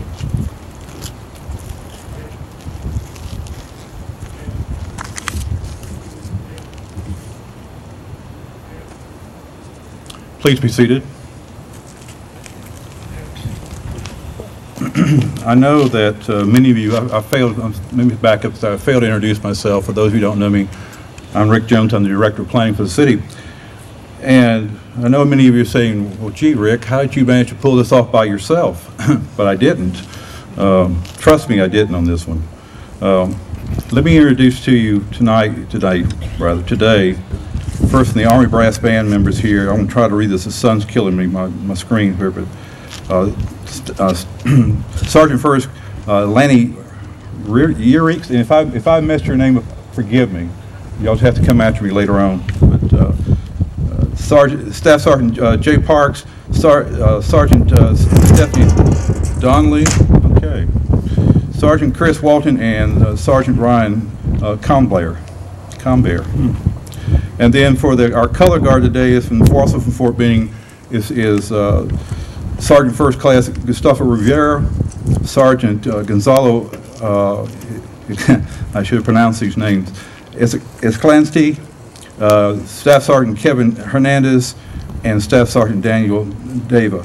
Would you please join me in giving them a round of applause? And again, I ask for your forgiveness on slaughtering your names on that deal. I also want to give you just a few more minutes here, if you will, of your time for you to introduce our other speakers here today. I want to especially give a sincere thank you to Valley Hospitality and to Tracy Sayre and to Lindsay here. They have graciously allowed us from Valley Hospitality to hold this ceremony here, and we do appreciate that. Our friends at Parks and Rec, also the Columbus Civic Center, who loaned us the golf carts. We said the Benning Brass, Public Works Department, Transportation Investment Act is here also as well with us today. We saw that and thank them for that, being here. We also have former Mayor Teresa Thomason. I saw you here somewhere. There you are. Glad to have you here, man. Thank you for being here, coming. We also have Councilor Allen and Councilor John House. Of course, we have Councilor Walker Garrett and Councilor Mimi Woodson here with us as well today. Did I miss any other elected official? Please forgive me. I'm trying to find my way around here today. I also want to thank those on the program today also here, though, particularly Ryan Pruitt. Ryan, thank you. Ryan is our project manager in engineering. He's the one that oversees this project of this type and makes them become a reality. Ryan, thank you for all your hard work and effort on this. You've done a great job with this. We couldn't be here also without Heck Burrishaw Architects. Gentlemen, thank you for being here as well. Appreciate your hard work. Scott Breach with our actual construction on this one. Southeastern Contracting down at the City Mills site was the one for that. John Teeples, who I don't believe John made it. If he did, I don't see him, but John built some stairs, and I will tell you in a little bit why that's significant to you, because you're really going to like that from that standpoint. And last but not least, my staff here from the planning department, Millicent Burton, who has been running ramshot over this whole thing for us and keeping us on task. Trey Wilkerson, David Cooper, John Renfro, Addie Britt, Will Johnson, Mike Mixon, Linda Temples, and Felton Grant. Ladies and gentlemen, thank you for all your hard work and putting this together for us. I do appreciate it. Okay. So, with that, let me have the pleasure now of introducing to you the 70th Mayor of Columbus, Mayor Skip Henderson. He is still relatively new, so be nice to him when he comes up here to you. But we're going to ask him to come and give you greetings and welcome. Mayor. Thank you. Good afternoon. Man, what a great day. I think the only thing better than this weather is the occasion that we are gathered for. And Rick stole a little bit of my thunder. I wanted to recognize the council members that are here. You know, one of the cool things about being a mayor still in that honeymoon phase, you know, the first couple of months, you get to take a lot of bows for work you didn't do. So I want you to indulge me very quickly. I'd like to ask former Mayor Teresa Thomason to stand for just a moment, and let's thank her for her work in helping this occasion become a reality. Thank you, Mayor. It is my privilege to greet you, to welcome you on behalf of not only the counselors that are here, but those that couldn't make it today, and the consolidated government and all of the 200,000 plus residents of Muskogee County, as well as our sister city across the river in Phoenix City. This, you know, as a kid, you millennials won't get this, but as a kid, we actually used to play with puzzles. And it was always pretty neat that you'd put a piece in here and a piece in there, and you'd see it slowly start taking shape. And there was not only a sense of an accomplishment, but a real sense of awe when you push that final piece into place. That's what today feels like. Because what we're doing now is pushing into place the final piece that, as Pastor Allen said, is not only a connector between North and South and different socioeconomic stratas, but it's also a reminder of what you did. We introduced council, mayors take bows. This is about the people of Columbus. It's your vision, it's your courage, it's your penny that accumulated the money to be able to make this fantastic Riverwalk. So on behalf of all of the employees and all the residents of Muskogee County, welcome and good job, Columbus. Thank you.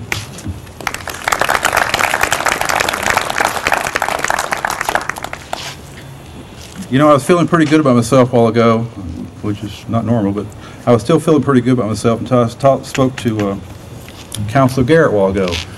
And he said, "Oh yeah, Ricky, I remember when the Riverwalk got started. I was only 8 years old." I felt really old all of a sudden. Isn't that right, Gary Allen? We both felt kind of old with that. So I say that to say this. I get the pleasure of also introducing our city manager, Isaiah Hughley, who was also 12 when this project started. So you can understand his youthfulness here, but he's here to also give you his insight about the project and what it means to Columbus. Mr. City Manager. Good afternoon to each of you. I caught a few of the words of the mayor when he said to you, it's your vision, your courage, and your penny.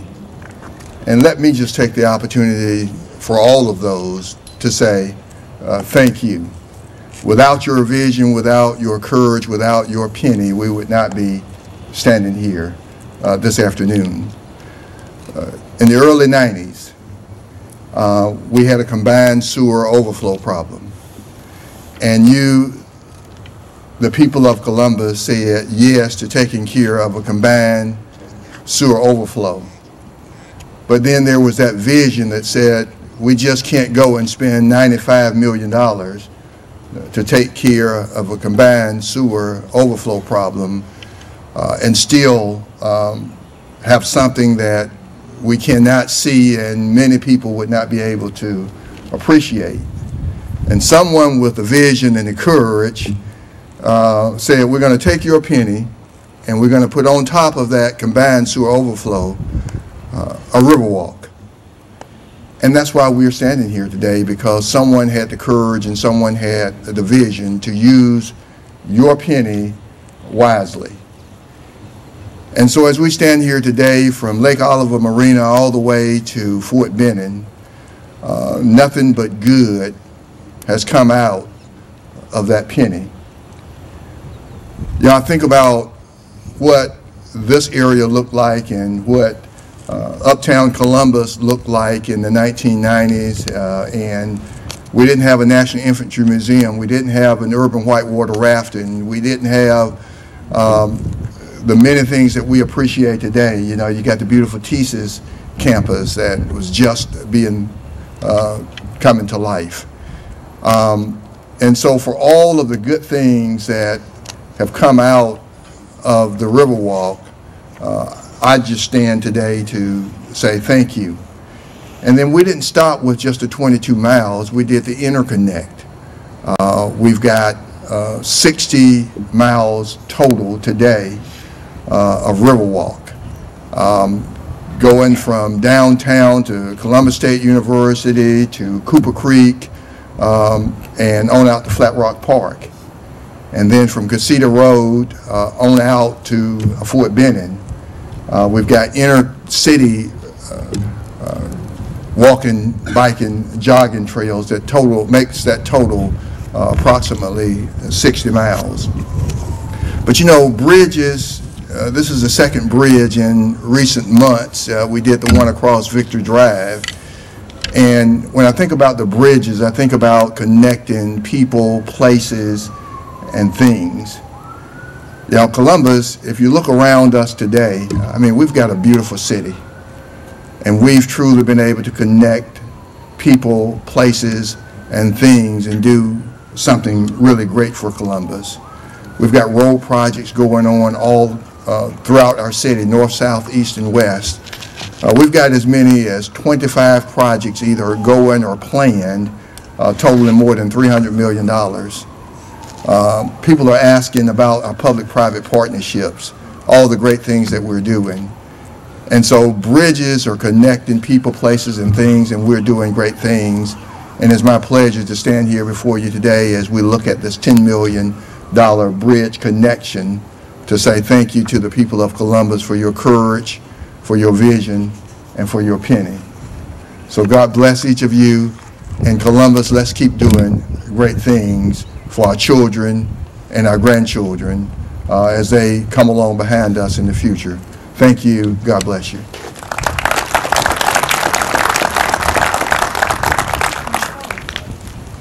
I'm going to shift the program around just a little bit here. I'm going to ask that our next remarks come from Councilor Walker Garrett, and then he will be followed by Councilor Mimi Woodson. So, Councilor Garrett.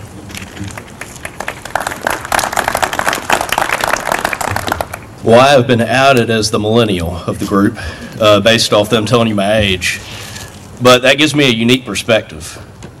I grew up in Columbus, my family's from here, and I got to see downtown when there wasn't much going on down here, when there wasn't a Riverwalk, and I got to be one. I'm able to say that as a child, I was able to ride the bikes along the Riverwalk with my brother and my parents, and it's remarkable because I came back from law school, I came back to Columbus, so much work had been done. Now I'm able to run on it, and now I can run the entire length without getting off in my neighborhood. So this is an exciting day for me personally. It's an exciting day for me as somebody who's a fitness fanatic because I love running, love lifting weights, and now I can run up and down. And it's exciting just for our city as a citizen. Live, work, play, something that our former mayor mentioned a lot, Mayor Tomlinson, and we talked about how do we get millennials, how do we get the generation after millennials, how do we get those folks to want to come to Columbus? And a lot of that is live, work, play. Is this a place where you can find a good job and where you have avenues to connect other than just roads? And we are expanding those possibilities every day with the Riverwalk, with the Dragonfly Trail, and that's because of the confidence you, the citizens, have. You've given us your confidence with your tax dollars, with your time, with your patience with these projects, and it's finally paid off. This one has been a long time coming, and the reward has been tremendous. And I thank you for your patience because I've been there right along with you, and I'm here to enjoy the fruits of that success. And let's just keep it going under Mayor Henderson. I'm excited to be a part of his administration and excited to see what we can do in the future to expand our progress. Thank you.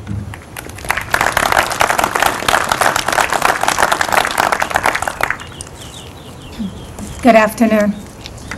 First of all, I always like to start with thanking my Almighty God for allowing me to be where He wants me to be at the time He wants me to. To me, this is a wonderful experience, and I'm so excited that we finally came not only to the end, but to a beginning of a new future for Columbus, Georgia. I've been coming to Columbus, Georgia since about 1982, being in the military. The Army took me somewhere, brought me back, took me back, brought me back. Then I realized Columbus is where I need to let my duffel bag. This is my home. And I can tell you that I could be no prouder than I am any other day than I am today. Because it's the people of Columbus that makes Columbus what it is today and what would always be. Our fathers before us, our mothers before us with vision, the new generation, the middle, because people come to Columbus now. And we used to say, and I remember I saw Brian from the chamber here, I remember when we used to say, and Gary, you know this, what is Columbus? What's it? What's it? Well, what is it? It is the people of Columbus, Georgia. It's the vision, it's the dream, and the faith that you have in your government. We might not be perfect. We might not please everyone, but our hearts are in the right place because we, each one of us, love Columbus and see the vision and the potential of Columbus. And this Riverwalk shows that, shows how everyone believed in this project. Everyone was willing to take their little penny and put it in that pot, plant the seed, water the seed to get to where we are today. So many of the speakers before me said it's connecting us, it's giving diversity, it's economy, it's running, it's exercise, but to me, it's the love of people, that we realize that we are one community, and this is how we're showing it. When we can walk, bike, picnic, play frisbee, and enjoy our river. Look around you. Look at you. Would you ever think you were in Columbus, Georgia? Look at the people that come to visit and stay. I just met 3 families not too long ago. They came to visit and they said, I'm coming back to Columbus. You hear people that retire from the Army, where are you going? I'm coming back to Columbus, Georgia. Why? Because of the people. And so I say to you today, continue to have faith in us. We might not be perfect, but we understand the dream, and we love our community as much as you do. And I ask you to pray for all of us and our community. We have some challenges, but we also have beauty. Close your eyes for one moment and remember what Columbus used to be, and look where we're going, and look at the legacy in the future we're leaving for our children. Thank you, and God bless you.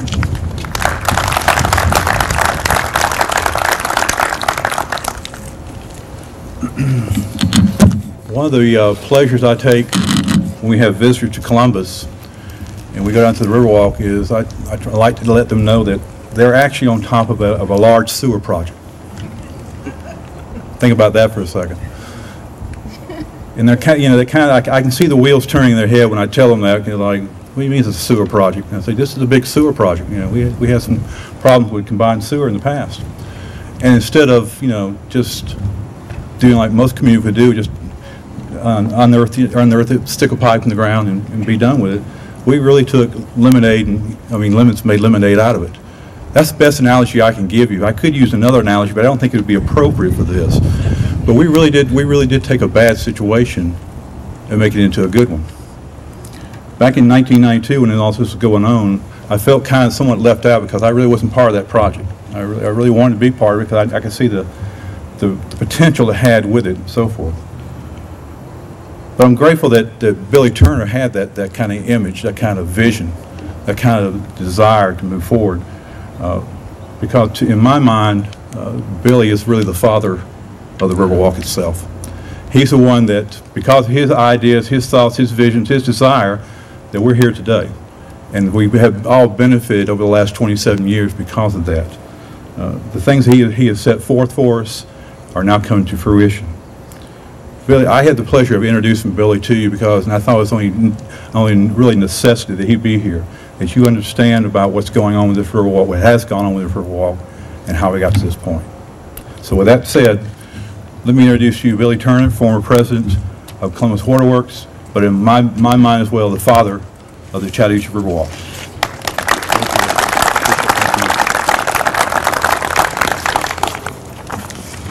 I probably shouldn't say anything. That I'm going to go downhill, I think, from here, but y'all settle back. Rick told me I could talk as long as I wanted to, so some of you who know me, when I get started on water, it's hard for me to stop. It is April Fool's Day. The falls of the Chattahoochee River at Columbus have been occupied by humans for hundreds of years. Columbus was designated as a city by the state of Georgia in 1827, making it the last frontier city designated by the original 13 colonies. Textile mills started the growth of the city with the Coweta Falls factory in 1844, Eagle Phoenix in 1851, and followed by other mills and operations. Columbus struggled with its water supply through the late 1800s, trying several different springs and creeks as sources. To address that issue, the city asked the state to form the Columbus Board of Water Commissioners in 1902. Sewers were being built as the city grew, but without any plan for treatment of the wastewater. In 1958, the city asked the Water Board to address the sanitary sewer issue, was not really well accepted by the Water Board. In 1960, the Water Board attorney, J.R. Elliott, told the State Health Department, Columbus has been using and I'm quoting, Columbus has been using the Chattahoochee River for more than 100 years for disposal, and we don't see why they should have to address its sewage disposal since they didn't build that downstream dam, which created the Walter F. George Lake. In a 1962 memo from the city manager pointed out to the Water Board the combined sewer issue. Nevertheless, the Water Board did its job, and in 1964, Columbus completed primary treatment for wastewater, which is settling of the solids.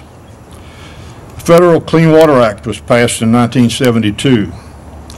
In 1974, Columbus completed secondary treatment of wastewater, therefore complying quickly with the requirements of the Clean Water Act.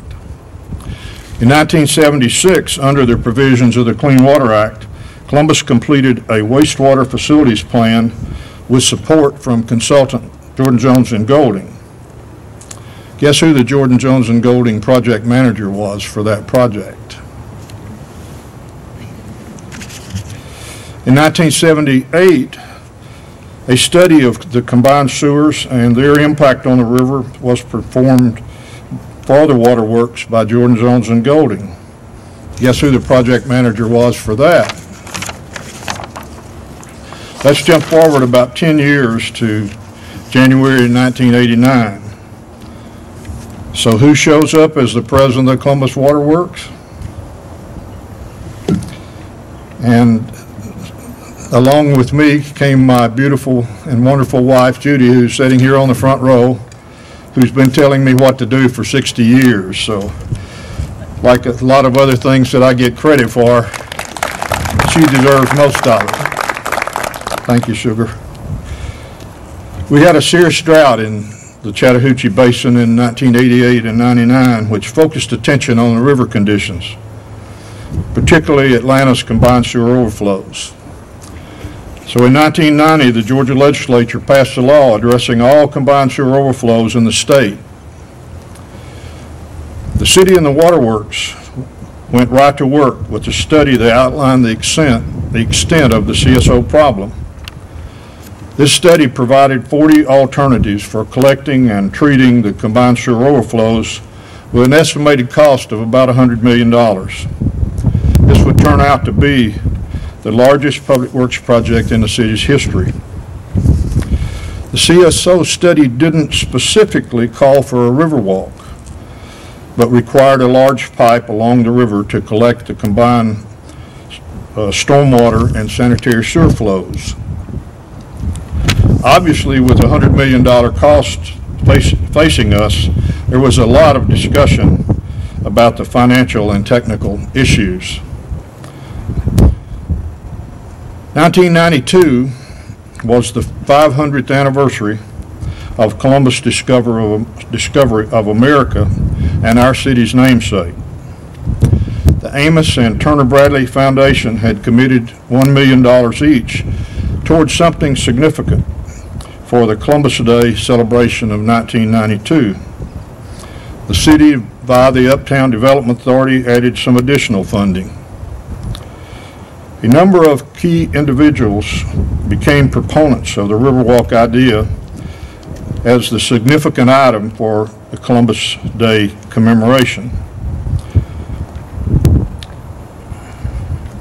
The Waterworks picked up the Riverwalk idea and ran with it, but not without significant support from then City Manager Michael Brown, Mayor Pro Tem A.J. McClung, and City Council members Red McDaniel and Evelyn Turner. Others who I want to mention who were strong supporters were Rozier Duttwelder with Uptown Columbus, Peggy Theus, who was supporting Mayor Jernigan's office, and a Riverfront Committee of the Chamber of Commerce, which included architect Ed Burdishaw, Carol Lutland of Columbus State, and Virginia Peebles of Historic Columbus.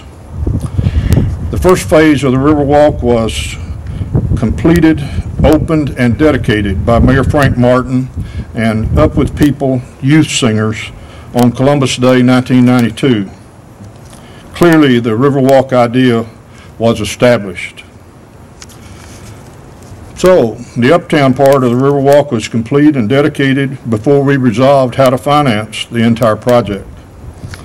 The Water Board had performed a study that suggested options for funding this CSO fix, including raising ad valorem taxes, significantly increasing water and sewer rates, but a local option sales tax was considered preferable. So with strong support from Mayor Martin and campaign leadership from Matt Swift, the local option sales tax was passed by a significant margin in late 1993. It provided funds for completing the balance of the CSO project, the Southern Riverwalk to Fort Benning, the Civic Center, the Public Safety Building, and other projects. We also received a $20 million federal grant to demonstrate our CSO treatment process, for which we have received considerable national recognition. In 2000, the Waterworks built the northern section of the Riverwalk as part of a waterline project to serve Phoenix City. The section extends from Lake Oliver Road on the north end to just behind where we are located now. I would also like to mention that the current Waterworks president, Steve Davis, was hired in 1990 to oversee the construction of the Uptown Riverwalk section and has been deeply involved in every one of the Riverwalk projects where the Waterworks has participated. Steve is here back there. Stan, would you raise your hand? And there are a couple other Waterworks guys here with him who have been involved in that project.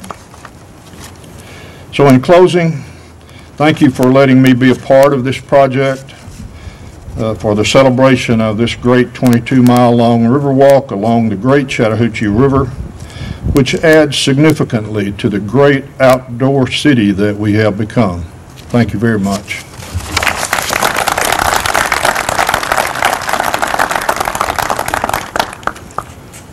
I told you earlier that I was not part of the original team in '92, which I was deeply envious about, to be honest. But I'll tell you now, I am eternally grateful for the fact that I got to see and help with the completion of this last section and a couple of the other sections on the Riverwalk. But more importantly to me, Billy, is thank you again for your leadership and your vision. Without it, we wouldn't be here today. So thank you very much for that. Do appreciate it. At this time, we're going to do the ceremonial ribbon cutting and dedication here. I'm going to ask Mayor Henderson and members of the City Council. Former Mayor Thomason, I'd like for you also to be here with us over here to cut. Our city manager and both our deputy city managers as well. If you want to walk to the Riverwalk, you have to go back up here to the little gate, follow a pathway around and come down this gravel road. You can see it right here through the openings. And then there's a staircase that will take you actually onto the Riverwalk itself. You may go that way. If you're not comfortable doing that, you may go back out to the parking lot where we have vans that will actually shuttle you down to the other end. You may walk on the Riverwalk from that point up and back, if you so desire. So you have two ways of going, either this way by walking down through the pathway, or going back up and catching one of our shuttle vans and going down from there. Last but not least, after the cutting of the ceremonial ribbon here, we're going to ask you to stand again, and then we'll have the retrieval of the colors. And once the colors have been retrieved, we will conclude our ceremony at that point. So let's go ahead and cut the actual ribbon.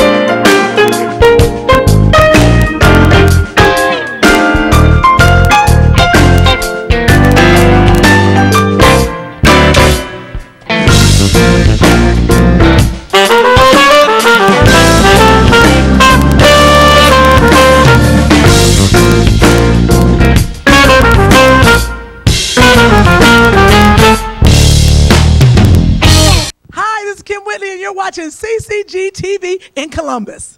Back to you.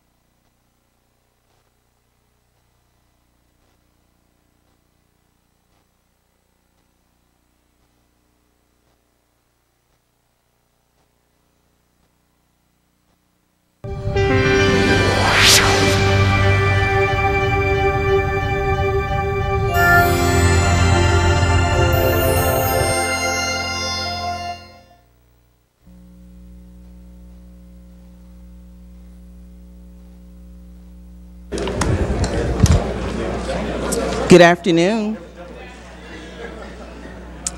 We want to welcome you to our March the 18th school board meeting. And before I forget, I want to thank the baskets up here, if you guys want to move them down so you can see, from Reese Road Leadership Academy, Fort Service Learning Magnet Academy, and Dr. Lewis provided the plants.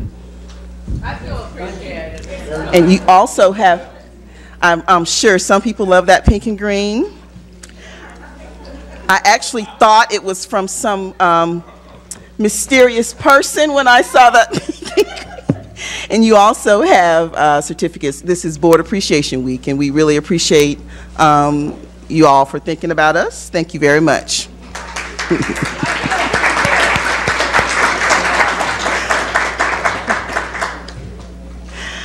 Okay, next we will have inspiration. As a celebration for the month of March and being Women's History Month, we have a brief little video. Please enjoy.